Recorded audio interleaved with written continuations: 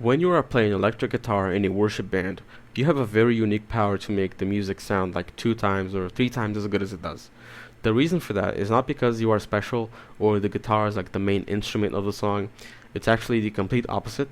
The guitar is the like a secondary instrument. Like it adds stuff on top of the song, right? It adds like details, whatever. Imagine this. Like imagine like a cake with the white frosting, and that's the band. And now imagine you are like adding stuff on top of the cake, like you're adding like flowers, drawings, greebles, whatever. That's the guitar. Before, the cake looked stupid and lame. Now the cake looks cool, beautiful, attractive, right? It looks like really cool. You wanna have that cake because it looks so good. That's what the guitar does to a song. That's what you are supposed to do actively as a guitar player. There are three main pillars to this, and I'm gonna try to make it quick so we can get on to some actual music song examples. The first one is the notes. You need to play like chord voicings that enhance and complement the harmony, the notes that the singer is singing. You need to play chord voicings that are very specific to the harmony that is going on. So chord voicings is like a pretty much a number one thing here. Second thing is the tone. Because, sure, you could be playing the right notes and everything, but if you don't have the right guitar sound, it's gonna sound like you're gonna lose like 50% of it just because you don't have a good guitar sound. So you need that as well. And then the third thing is timing. And I don't mean timing as in tempo, I mean timing as in playing when you are called for, playing when it fits the song, fits the mood, whatever. That's really important as well. Like if you have all of those three pillars, you are going to become like a very credible guitarist to other people's eyes because you are very like you have a lot of respect, you know what to do, you know what to play, you complement the music a lot, so that will make you really credible and you're just going to become an amazing guitarist. And by the way, speaking of improving and becoming an awesome guitarist, I have a community which the whole purpose of it is to teach you how to become an amazing guitarist. And you know, people are going to trust you more, they're going to respect you, whatever. So if you want to become one, there's a link for the community in the description. You just have to click it, and you should click it.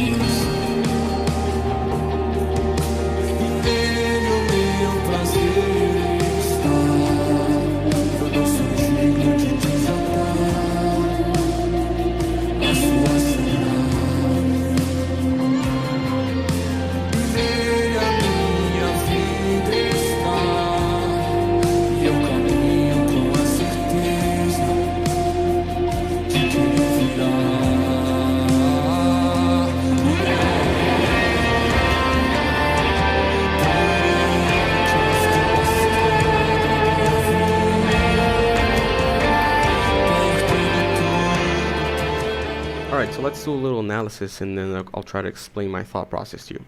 So, the song starts off with something like very rhythmic with the drums. They're doing some sort of like groove, right? You got the snare drum and the hi-hat, they're really out there. It creates this rhythmic atmosphere. For that, it's really good for you to use palm muting, and that's what I do. It's this. Palm muting fits really well on these occasions. And what I want you to pay attention to is what I did next. I did a little lick to land on the G minor chord, which is our 6th chord here. This lick is, it's kind of like a connector. It's really good to connect chords together. So check this out.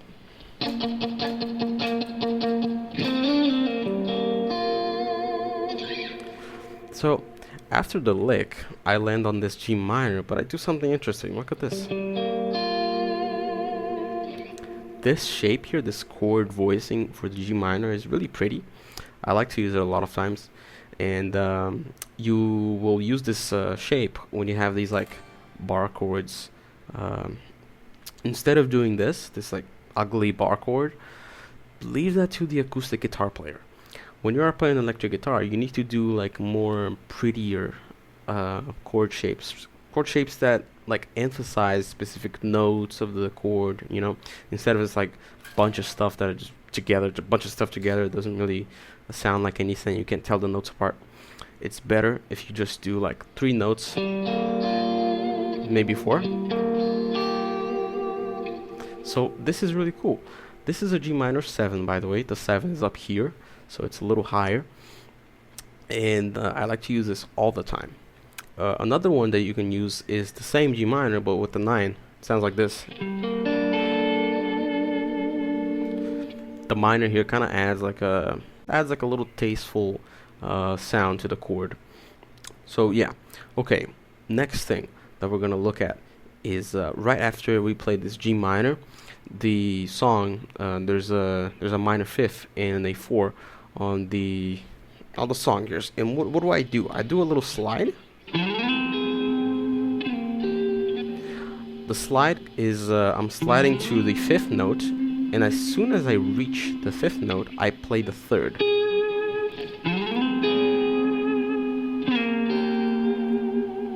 And this is really pretty. This you can do this with like almost any chord. Look, like when you have this C here, for instance, the 5th and the 3rd are right here. So you can do like. So this is something that you can gather from this chord shape. This chord shape here, it's a basic one. You will pick these 2 notes and you will do the slide. It sounds very pretty. And this is for major chords. If you want to make it a minor chord, all you gotta do is drop down the 3rd, obviously. So when you got like, okay, we're on G, for instance. In G, you got like E minor, D, and C. Look. So we could do something like this.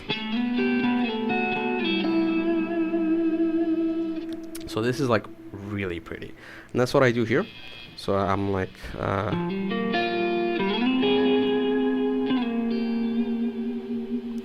emphasizing specific notes in the harmony. That's what we're doing here. Alright, so up next we're gonna do a little doubling with the singer. So we're gonna double the notes here. We're gonna double instruments. So what did I do here? I put on it's like a pitch effect. Basically, it doubles your pitch. It goes like 1 entire octave down and 1 entire octave up, and like it kind of doubles it, and it gives you an interesting sound. Like it sounds like this.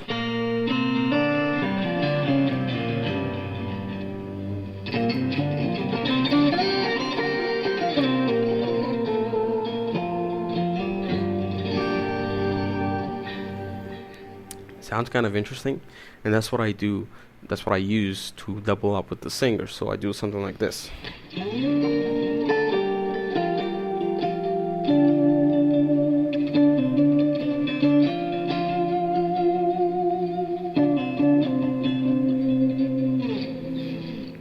So it's very simple here. All I'm doing is doubling with the singer. I'm playing the notes that the singer is playing, but with a different kind of tone.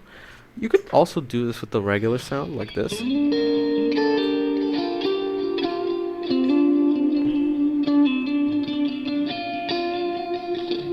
It sounds good. It doesn't really sound bad.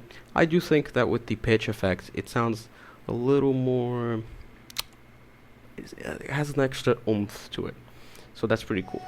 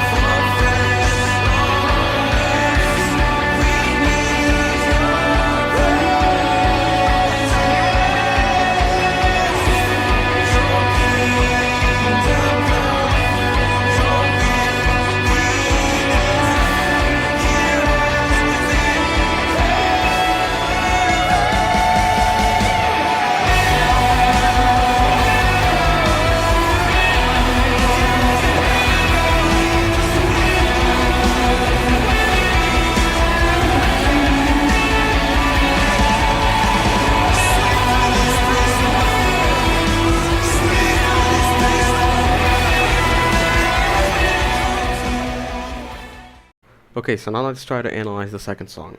For this one, we were really trying to take advantage of the highs and the mids in the electric guitar. It's a very highs and mid heavy instrument.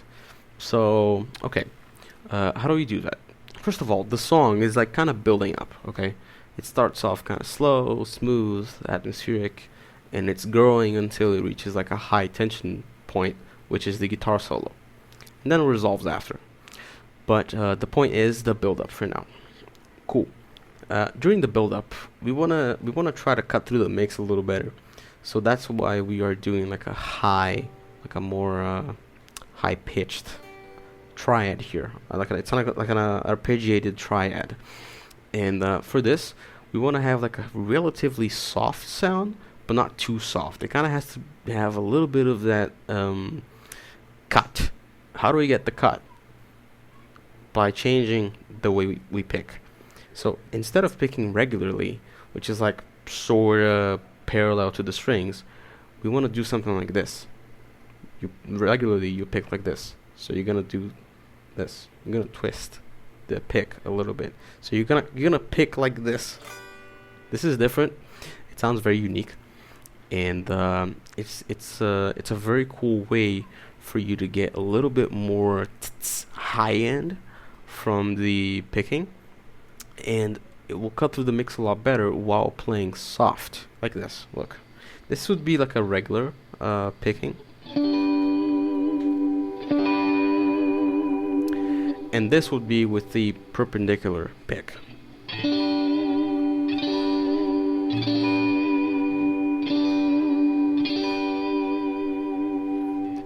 As you can see, it sounds a little different. It sounds like less bassy, has more high end to it, and like it has a specific tone to it. Okay, so obviously we are playing like the arpeggios. Of course, you can also play like this, like regularly. I do recommend curving your pick at least a little bit though. And this is just triads that we're playing, and they're basically the chords in the harmony of the song. Alright, so now we're going to try to emphasize specific notes inside of the chords and specific rhythms that are in the vocal lines, okay?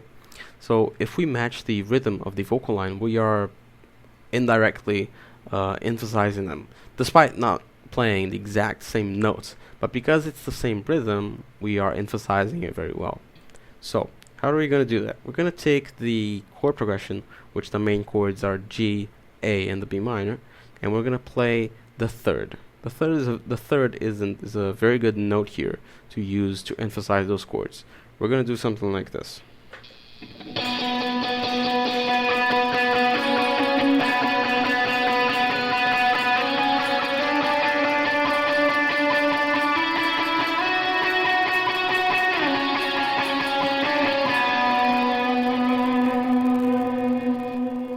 So this is a really good way to build up in this song, because soon we're gonna get into a guitar solo, which is, you know, the favorite part of every guitarist. So that's how you make this build up be more dynamic with the guitar. Alright, so that's pretty much it. Let's do a little recap. Basically, the first point was the fact that guitar is more of a secondary instrument. You're trying to embellish the song using the guitar. Again, it's the cake with the white frosting example. You got like a plain cake, and you are trying to embellish it with some greebles, okay? And the greebles are, you know, the guitar lines. That's the analogy that I gave you. Second thing is how to do that. You do that with chords, like beautiful chords, different voicings, doubling up with the vocals, some licks to connect chords together, a nice tone, and also a very good timing. You need to play when you are called for. You need to play at the right time. It's the right sound, the right notes, at the right time. And lastly, if you want to get really good at guitar, you can join the community that I own. There's a link for it in the description. You can just click join, and that's it. Goodbye.